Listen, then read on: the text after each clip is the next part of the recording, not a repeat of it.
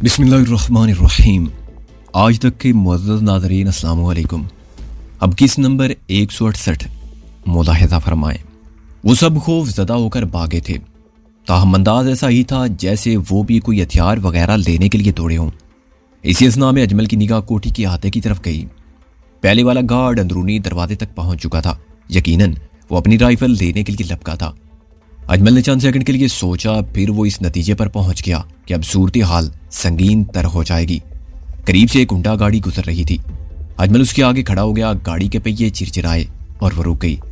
Driving seat پر بیٹھی modern لڑکی نے آنکھیں نکال کر اجمل کو دیکھا۔ اس سے پہلے کہ وہ کچھ کہتی یا غصیلا اشارہ کرتی، اجمل نے پھرتی سے عقبی دروازہ کھولا اور گاڑی میں گھس گیا۔ اجمل کے تاثرات اور اس کے ہاتھ میں پستول دیکھ کر لڑکی کی سٹی گم ہو گئی۔ اجمل نے بلا توقف پستول اس کی طرف سیدھا کر لیا۔ خبردار میڈم رانی، گاڑی آگے بڑھاؤ ورنہ گولی تمہاری گوری گوری گردن میں گھس جائے گی۔ اور سیانے کہتے ہیں جب گولی اندر گھستا ہے تو بہت تکلیف ہوتا ہے۔ لڑکی کا چہرہ چند سیکنڈ میں خلدی ہو گیا۔ اس نے تیزی سے گاڑی آگے بڑھا دی، لیکن وہ بری طرح ڈری ہوئی تھی۔ 2-3 سڑکیں کراس کرنے کے بعد ہی اجمل کو اندازہ ہو گیا کہ وہ گاڑی کہیں ٹھونک دے گی۔ وہ جلد از جلد ملکانی بیگم کی کوٹھی سے دور ہو جانا چاہتا تھا۔ اس نے لڑکی کو حکم دیا کہ وہ گاڑی ایک طرف سڑک کے کنارے روک دے۔ لڑکی نے مشینی انداز میں عمل کیا اور گاڑی روک دی۔ وہ تھر تھر کانپ رہی تھی اور اجمل کو پیشکش کر رہی تھی کہ اس کے پرس میں جتنے روپے ہیں وہ رکھ لے، گاڑی بھی رکھ لے اور اسے جانے دے۔ اجمل نے کہا، اس بات پر ہم بعد میں غور کرے گا، ابھی تم اپنا سیٹ چھوڑ کر ساتھ والی سیٹ پر آ جاؤ، گاڑی ہم خود ڈرائیو کرے گا۔ لڑکی کس آئی، چلو شاباش جلدی۔ اس نے پستول کو حرکت دی۔ گاڑی کے اندر ہی اندر سیٹ کو تبدیل کرنا لڑکی کے لیے کافی مشکل ثابت ہوا۔ اس نے بہت چست پتلون پہن رکھی تھی۔ اس کے منہ سے کئی بار بے ساختہ اوئی اللہ کے نسوانی کلمات نکلے۔ جب وہ سیٹ تبدیل کر چکی تو اجمل خان نے بھی پھرتی سے سیٹ تبدیل کی اور لڑکی کے برابر آ بیٹھا۔ چاندنی لمحے بعد وہ بڑی تیزی سے ڈرائیونگ کر رہا تھا۔ تم مجھے کہاں لے جا رہے ہو؟ وہ کانپتی آواز میں بولی۔ آئس کریم کھلانے، اس کے بعد ہم تم کو پورا چھوڑ دے گا۔ میں آئس کریم نہیں کھاتی، وہ گڑبڑائی۔ تمہارا تو باپ بھی کھائے گا اور پورا 1 لیٹر ایک ٹائم میں کھائے گا۔ اجمل ایک دم ہلکے پھلکے موڈ میں آ گیا تھا۔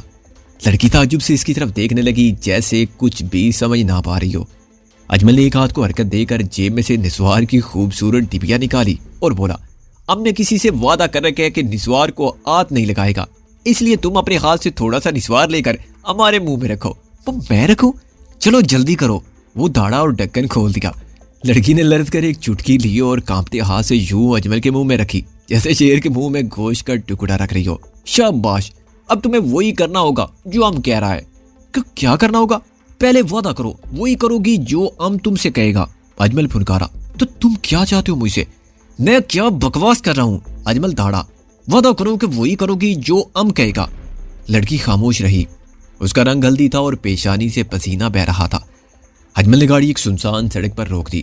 یعنی ہم تمہارا خاموشی کو رضامندی سمجھے؟ وہ بولا اور اطمینان سے پستول جیب میں ڈال دیا۔ پھر اس نے گاڑی کے اگنیشن میں سے چابی نکال کر لڑکی کی طرف بڑھا دی۔ اب جاؤ، تم آزاد ہو، وہ ملائم لہجے میں بولا۔ وہ خوشی امیز حیرت سے اجمل کو دیکھنے لگی۔ اجمل گاڑی سے نکل آیا۔ لڑکی نے اپنی بچی کچی ہمت جمع کر کے ڈرائیونگ سیٹ سنبھال لی۔ اجمل نے کھڑکی میں سے جھک کر کہا، کسی سے ذکر کیا تم مصیبت میں پھنس جاؤ گی۔ مجھے کوئی ضرورت نہیں ہے، اور وعدہ کرو کہ جو کہوں گا وہی کرنا ہے۔ اجمل نے کہا کہ کیا کرنا ہے؟ وہ اکلائی۔ ایسی تنگ پتلون پھر نہیں پہننا۔ وہ زیر لب مسکرایا اور تیزی سے گھوم کر ایک باغیچے میں گھس گیا۔ اسے اطمینان تھا کہ وہ موقع واردات سے محفوظ دوری پر آ چکا ہے، اس لیے وہ جلد از جلد شانی تک پہنچ جانا چاہتا تھا۔ اس کا دل گواہی دے رہا تھا کہ اگلے 1-2 گھنٹے میں ملکانی بیگم اور اس کے لوفر لونڈے سے اس کا زوردار ٹکراؤ ہونے والا ہے۔ یقیناً عارف کموا وغیرہ نے بھی اس ٹکراؤ میں حصہ لینا تھا۔ جس وقت اجمل خان ایک ٹیکسی میں سوار حاجی ایجاد کی کوٹھی پر پہنچا، دوپہر کے 12 بج چکے تھے۔ کوٹھی میں چاروں طرف سناٹا تھا۔ حاجی ایجاد کی ذاتی کار بھی دکھائی نہیں دے رہی تھی، غالباً وہ ڈیوٹی پر جا چکا تھا۔ اتفاقاً کوٹھی کے پورچی میں اجمل خان کی ملاقات عارف کموا سے ہو گئی۔ وہ پتلون قمیص میں تھا۔ اس کی پتلون کی ایک جیب خاصی پھولی ہوئی تھی، یقیناً اس میں پستول وغیرہ موجود تھا۔ اجمل خان کو عارف کا خاص ذاتی بانک پن اور جیداری پسند آئی تھی۔ پچھلے چند دن میں 2-3 موقعوں پر اس نے خطرناک صورتحال میں بڑی جرات مندانہ دخل اندازی کی تھی، خاص طور سے کل رات جب لکی خان زخمی حالت میں سوزوکی کار کے اندر موجود تھا اور قدرت کے مسلح چیلوں نے دادا گیروں کی طرح کار کو گھیر لیا تھا۔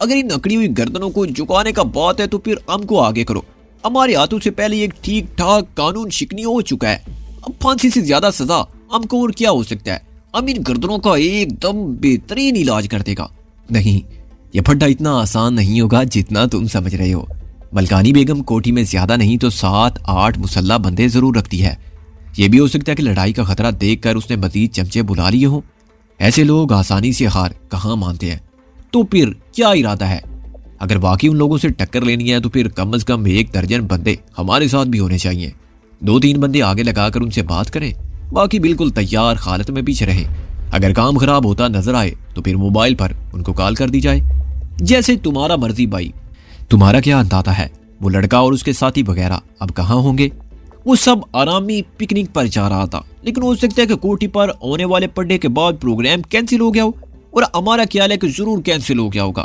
میرے ہاتھ سے 2-3 چھوکروں کو ٹھیک ٹھاک چوٹیں بھی لگایا. عارف نے سگریٹ کا طویل کش لیا. اگر یہ کام کرنا ہے تو پھر اس میں زیادہ دیر نہیں کرنی چاہیے. کیمرہ بھی تو لڑکے کے گھر میں ہوگا، پھر ہو سکتا ہے کہ کہیں اور چلا جائے. میرا دل چاہتا ہے کہ اگر اس پھول پن دیوی کا نمبر مل جائے تو پہلے اسے فون پر بات کر لی جائے. لو جی، شانی بین بھی آ گیا. اجمل نے اندرونی دروازے کی طرف اشارہ کرتے ہوئے کہا. شانی کے ساتھ منا بھی چلا آ رہا تھا. وہ اپنے بال جوڑے کی شکل میں سمیٹتی لان میں ان دونوں کے پاس آ بیٹھی. کیا بات ہے، تم دونوں پرجوش نظر آ رہے ہو، شانی نے کہا. پھر ذرا توقف سے بولی، کیمرے کا کچھ پتہ چلا؟ جواب میں اجمل اور عارف نے سب کچھ شانی کے گوش گزار کر دیا. شانی ایک طویل سانس لے کر رہ گئی. اس کے چہرے پر ناپسندیدگی کے آثار نمودار ہو گئے. وہ اجمل سے مخاطب ہو کر بولی، میری بات کا برا نہ ماننا اجمل، میرا خیال ہے کہ تمہاری جلد بازی سے کام خراب ہوا ہے. یہ کوئی ایسا الجھا ہوا مسئلہ نہیں تھا، لیکن الجھ گیا ہے. اب تم دونوں اسے مزید بگاڑنے کا پروگرام بنا رہے ہو. یہ بات سوچنے کی ہے عارف. آخر ہم ہر مسئلے کا حل طاقت کے استعمال ہی سے کیوں ڈھونڈتے ہیں؟ ہماری ارد گرد پہلے ہی خون خرابہ ہو رہا ہے. اب تم اس ملکانی بیگم سے ٹکر لینے کا پروگرام بنا رہے ہو. ایک ہنگامہ اور کھڑا ہو جائے گا. میرے خیال میں تو یہ ایک چھوٹا سا مسئلہ ہے، بلکہ بچکانہ سی ضد ہے. اس معاملے کو آسانی سے بات چیت کے ذریعے حل ہو جانا چاہیے. آپ کا بات ٹھیک ہے شانی بہن، لیکن کچھ لوگ لاتوں کے بھوت ہوتے ہیں، وہ باتوں سے کسی صورت نہیں مانتے. اب اس کا فیصلہ کون کرے گا کہ لاتوں کے بھوت کون ہے اور باتوں کا کون؟ شانی کا لہجہ خشک تھا. اس سے پہلے کہ وہ مزید کچھ کہتی، عارف نے بات کو سنبھالتے ہوئے کہا، آپ کا خیال ہے کہ ملکانی بیگم سے بات کرنی چاہیے؟ ہم بھی اسے بات کرنے کا پروگرام بنا رہے ہیں، لیکن احتیاط کے طور پر. احتیاط کے طور پر تم اپنے ساتھ 2 درجن گن مین لے جاؤ گے؟ شانی نے بات کاٹی. جب لڑائی کی اتنی تیاری کر لی گئی ہو تو صلح صفائی کے ساتھ بات چیت کرنا بہت مشکل ہو جاتا ہے. شانی کا لہجہ تیز تھا.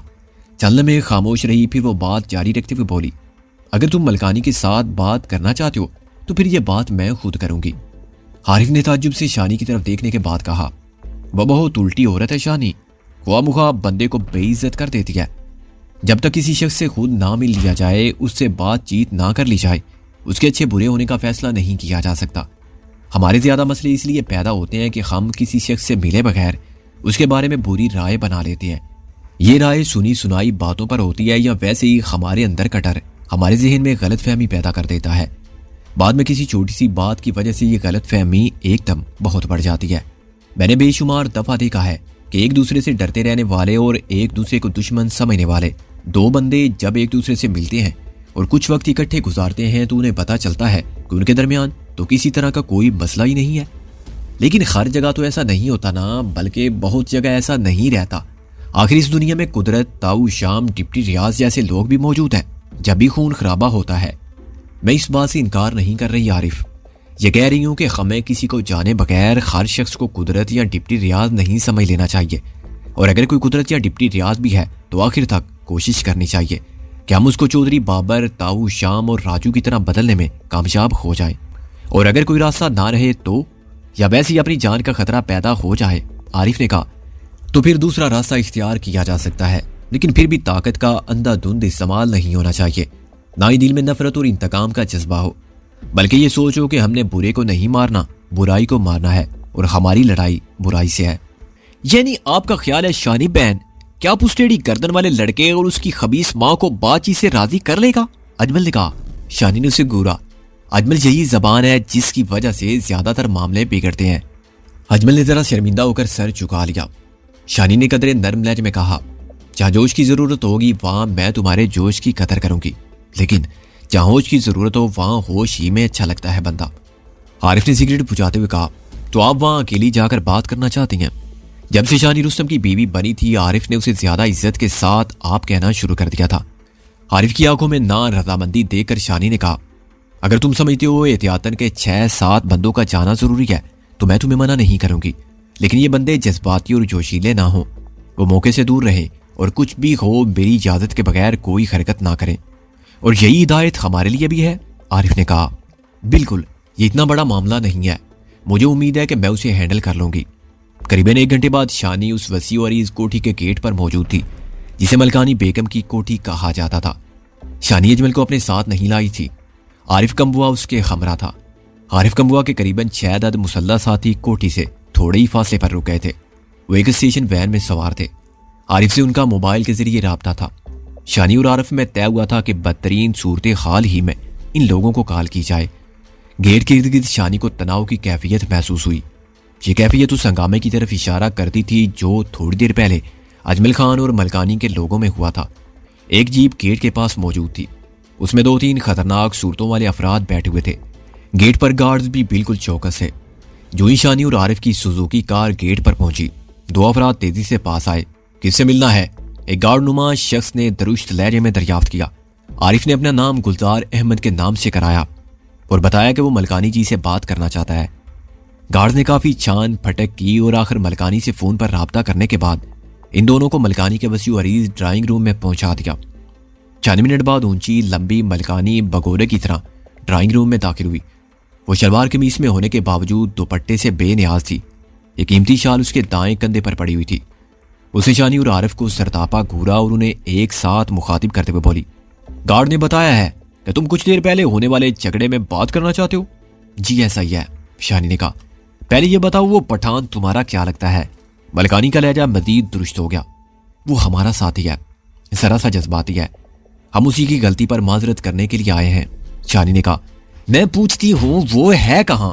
ملکانی دھاڑی، میں اسے اسی لیے اپنے ساتھ نہیں لائی، اسے دیکھ کر آپ کو مزید غصہ آتا، اس کی طرف سے ہم دونوں آپ سے معافی مانگنے کے لیے یہاں موجود ہیں۔ میں نہیں دیتی کسی کتے بلے کو معافی، میں اس سرامی کی چمڑی اپنے ہاتھوں سے ادھیڑ دوں گی اور پھر پولیس کے حوالے کروں گی۔ اس نے ملکانی کے بیٹے پر ہاتھ اٹھانے کی جرات کی ہے۔ وہ مردوں کی طرح گندی گالیاں دینے لگی۔ شانی کمال تحمل سے سنتی رہی۔ عارف کا چہرہ سرخ ہو گیا۔ ایک موقع پر شانی کو لگا کہ وہ ایک دم بھڑک اٹھے گا۔ شانی نے اسے ہلکے سے ٹوکا دے کر مشتعل ہونے سے باز رکھا۔ گالیاں بکنے کے بعد ملکانی کا پارا تھوڑا سا نیچے آیا تو وہ شانی کو تھوڑی سے پکڑ کر بولی، تو اس کتے کی جورو لگتی ہے یا بہن؟ آپ بہن ہی سمجھ لیں، جو سزا آپ اسے دینا چاہتی ہیں وہ مجھے دے لیں، میں اس کی غلطی مانتی ہوں۔ اتنی چھوٹی سی بات پر اسے یہ جھگڑا کھڑا نہیں کرنا چاہیے تھا۔ ظاہر ہے کہ آپ کے بیٹے نے وہ کیمرہ کسی سے لیا ہے اور پیسے دے کر لیا ہے۔ اگر اسے جھگڑا کرنا ہی تھا تو اسے جھگڑتا جس نے کیمرہ بیچا ہے۔ یہ وہی بات تھی جو ابھی تھوڑی دیر پہلے ملکانی نے اپنے انداز میں کہنا تھی۔ اب شانی یہ بات خود ہی کہہ رہی تھی، یوں ملکانی کی زبان کی تار کو کم کرتی جا رہی تھی۔ ملکانی چند سیکنڈ کے لیے چپ رہی، پھر دوبارہ گرجی، تو زیادہ ہوشیار چالاک نہ بن، تیرے جیسی بڑی دیکھی ہیں میں نے میٹھی چھریاں، چل نکل یہاں سے چل۔ اسے شانی کو باقاعدہ دھکا دیا۔ شانی لڑکھڑا کر صوفے سے جا ٹکرائی۔ عارف کے لیے اب اپنے غصے کو سنبھالنا مشکل تھا۔ اسے شانی کو سہارا دیا اور پھر تڑک کر ملکانی سے بولا، دیکھو ملکانی بیگم، ہم یہاں لڑنے کے لیے نہیں، صلح کرنے کے لیے آئے ہیں۔ اسی دوران میں ملکانی کا بیٹا شاہ نواز دندناتا اندر آ گیا۔ تو لڑنے کے لیے آ جاؤ، بلکہ ابھی لڑ لو، ابھی فیصلہ کر لو۔ وہ سینہ چوڑا کر کے پھنکارا اور اس کے ساتھ ہی عارف کو ہجڑے کا خطاب دے دیا۔ عارف جو پہلے ہی بفرا ہوا تھا مزید بفر گیا۔